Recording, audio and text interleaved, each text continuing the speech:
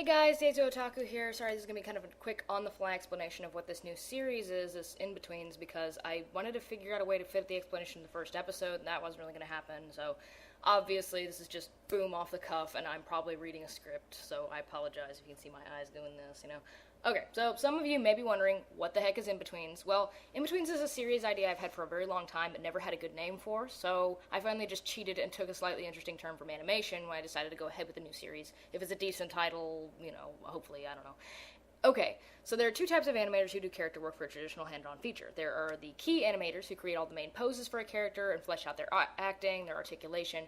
They're the ones who get all the credit for their work, right? And then there are the in-betweeners who take all the rough flipbooks that the key animators give them and fill in the gaps between those main poses and the actions, like all the squashes and stretches and swishes that make it all fluid, and they clean up the whole thing so it's clear of stray lines and off-model inconsistencies. They're incredibly important, but what they do goes completely unnoticed, and it's supposed to. All the same, what these talented people do makes or breaks the end result, so it should be appreciated. What does this have to do with my new video series at all? Well, with Inbetweens, I'm going to take a series and, from beginning to end, expose its secrets and take note of the unnoticed things. Just kind of dissect all the little goodies of an anime as in as fun a way as possible. I start with the beginning and then just kind of hit the very high points, point out continuity errors, behind-the-scenes stuff, talk about the voice acting and the writing and the Japanese and English dubs, discuss symbolism and film brain joke. Discuss symbolism and unexplained mysteries, and Trigun has a lot of unexplained mysteries, a whole buttload. Compare it to the vastly different original manga in the case of Trigun, which actually answers a lot of those conundrums. Maybe touch on the impact the series had for Japan and the West. Obviously, you're going to get a bigger kick out of this if you are a Trigun fan, but as long as you don't mind kind of being spoiled the whole thing, anybody can watch this, because I'm going to explain the plot as I go, in the style of many other critics on the site. Anyway, in my Wolf's Rain review, basically, this is the reason that this whole series was started. My Wolf's Rain review, I kind of foolishly encouraged people who didn't understand the anime to message me and kind of ask me questions about it if they were confused, because I've seen it like 90 billion times, and I was like, well, I really completely understand it, so if it confuses people, I can probably help them out. I didn't, unfortunately, realize how many people were going to send me a message that basically said, can you explain Wolf's Rain? And that was it. Like, they didn't have a specific question. They're just like, can you explain it? What's the symbolism? Like, I hate questions like, what's the symbolism in Wolf's Rain? It's like, what the heck? There's a bunch of symbolism in Wolf's Rain. You didn't ask me a question. You sent me a thesis.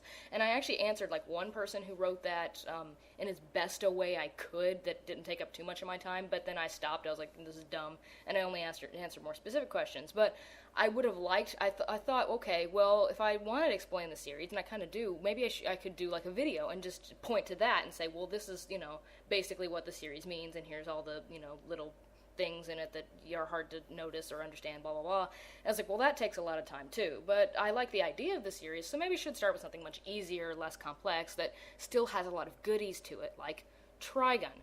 So, I went ahead and decided to do that, and the way basically that it's going to be formatted is, I plan to have a lot more fun with the material. It's not going to be as, weirdly enough, it's not going to be as analytical as my reviews. It's going to be kind of loosey-goosey with lots of jokes and blah, blah, blah.